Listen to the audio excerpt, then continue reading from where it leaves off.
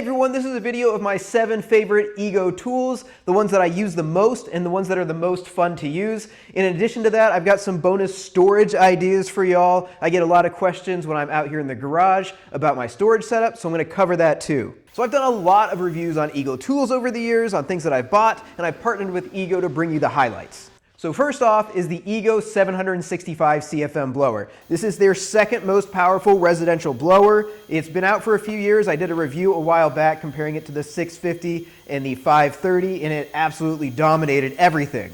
Since then, they've come out with the 880 CFM, and that's definitely their most powerful residential blower, but this one has some features that I really like that the 880 doesn't have. This has a physical dial for your cruise control, which is really easy to set. So you can see it does really great. I did fall leaf cleanup with this. I'm blowing around wet, damp leaves with it. It moves them no problem. Dry leaves, it just absolutely dominates. This thing is a great blower. As far as value goes, from what I've seen with Ego, they usually offer the best deals on their second most powerful blower, which this one is, and I think that makes it the top competitor for performance versus value.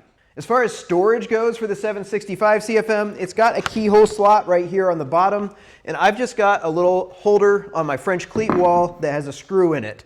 So I can move that around wherever I want and just hook it in, and it's good to go. The next one of my favorite Ego tools is the Ego 26-inch hedge trimmer. This thing has awesome cut capacity, over 1¼ inch cut capacity with these tines. And because of that, it's got a lot of safety features in it. So you've got a separate start button here on the top, and then you've got 2 triggers that need to be held down to run the tool. I think that is a great safety feature that keeps your fingers back here, and you can't reach up accidentally, absent-mindedly, and put your fingers in the blade.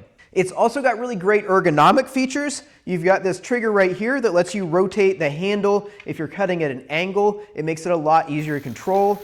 I always use this with a 2.5 amp hour battery in it just because that makes it a little bit lighter, and when you're holding it out away from you, it keeps you from getting tired. When I store this, I always put the safety sheath on it, and then up here at the top there's a keyhole slot for both the safety sheath and the blade. So you just put that right over a screw, just like my other holder, and there we go. One of my other favorite tools to use is this Ego 9-gallon shop vac. It just makes things so much easier not having a cord that the wheels get caught on or that you have to drag around and relocate. I use this all the time. I love it. I've made a bunch of custom attachments for this. I'll put links in the video description below, but this one sucks it to the wall and collects drywall dust from your drilling. And I've just got some other stuff here in addition to these standard stuff. I love these attachments and the storage and the way Ego has organized all of these. It's just a fantastic vacuum, and it's one of my favorite purchases. And right now, Ego's got it on sale for the kit with a 5 amp hour battery for less than I paid bare tool for this. So it's a great buy right now. So next up, I kind of cheated. I've got the next several tools are all on the multi-head system. So to start off with, really what's bringing all of this together is the Gen 2 multi-head. It's a little bit more powerful than the Gen 1. I did a comparison review a while back. I really like this thing. I've gotten a ton of use out of it. It's probably my most used Ego tool. The D handle right here has a tool-free adjustment option, which since you're using this for a bunch of different tasks, you can move this around as you need to very easily. Now moving on from the base unit or the power head, we've got our attachments. This string trimmer one I use all the time, every time I mow. I really like it because this, with the Gen 2, gives you the option for the power load, which lets you wind this without having to manually twist the head. It just saves a lot of time, it saves your wrists. I think it's a great feature that works really, really well. Combined with the power head, this 16-inch attachment has crazy power to rip through weeds, tall grass, whatever you're going to throw at it.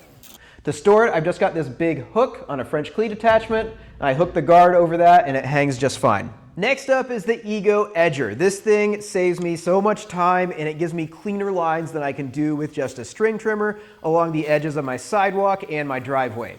It's got an 8-inch blade that's going to do your edging, and then on this side you've got an alignment guide that runs along the outside of your concrete and keeps you from hitting the concrete with the blade. It's also got an adjustable depth stop wheel, which just lets you rest the tool head on the ground and walk along behind it with almost no effort.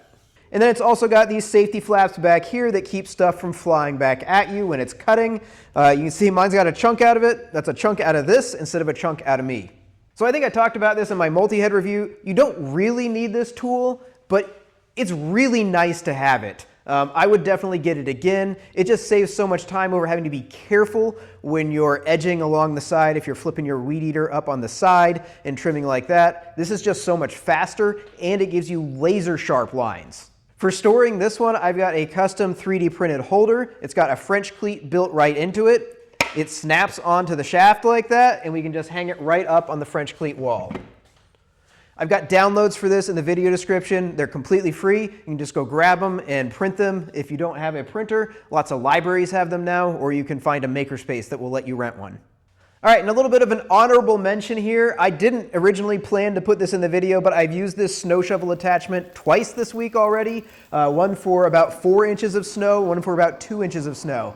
It works great for snowfalls that are under 4 inches. I usually just grab this and you sweep along like a vacuum cleaner along your sidewalk. You don't even have to lift it up. You just let it slide back and forth, and it does an awesome job clearing snow. Now, I have had this thing for about 3 years. It does have this scraper bar on the back of it. This is a consumable piece. They sell replacement parts for it, and I need to replace mine because it's starting to wear through in a couple spots. For storing this one, I've just got a double hook up here on the wall. Just set it right between those two. This works great for big attachments like this. And you just push it all the way back, and the handle keeps it from falling forward, and it sits there pretty securely. The last one I have on my list, I don't use too often, but when I do use it, it's always fun to use, is the Ego pole saw attachment for the multi-head. I've used this with the extensions that let you reach up into areas that normally I wouldn't feel comfortable cutting with the chainsaw. So I don't have to climb a tree or do something unsafe. I can stand on the ground and reach places that I need to. This is great. It saves me from having to hire an arborist for branches that are scraping against my roof, or dead branches that are hanging over places in the yard where I don't want them to fall.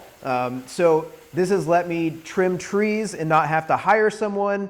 It's got an automatic oiler, a 10-inch bar on it. It's got metal bucking spikes here. It's a really great little chainsaw. I have never had the chain come loose. I've seen people report the chain comes loose, and I think that's probably they just don't have the chain tight enough.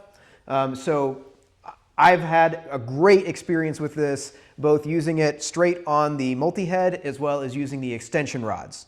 For storage on this, along with the other Ego attachments, I've got that same custom 3D printed holder. This just snaps right in and sits there. I've had these up on here for 1.5 years now. They're still doing great. In addition to tool holders, I also have these 3D printed battery holders that just slide right in here, and they sit up on the French cleat wall and keep my batteries up off the ground. I've also done some hooks that are 3D printable that just go right on a French cleat. And then I've also got these brackets for the leaf blower gutter kit. And it just snaps right in there and holds it vertical. So I've got a pretty tall garage. I can do that. Otherwise, you might need to separate these into a couple different pieces. But it just holds it right here and snaps in and keeps it up out of the way.